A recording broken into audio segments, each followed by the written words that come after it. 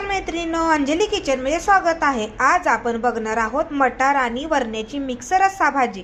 त्यासाठी कांदा, कोथिंबीर, एक टोमॅटो, मटार आणि वरणा। आमच्याकडे याला वरणा म्हणतात, तुमच्याकडे काय म्हणतात हे नक्की कमेंटमध्ये सांगा। आणि मोहरी आणि जिरे आणि पातेल्यामध्ये तेल ठेवलं आहे।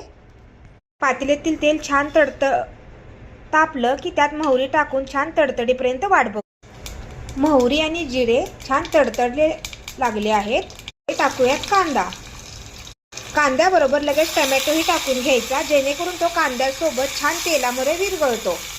अर्धा चमचा हळद, गरजेनुसार कांदा लसूण मसाला जसा तुमच्या आवडीप्रमाणे तुम्ही सेट करू शकता।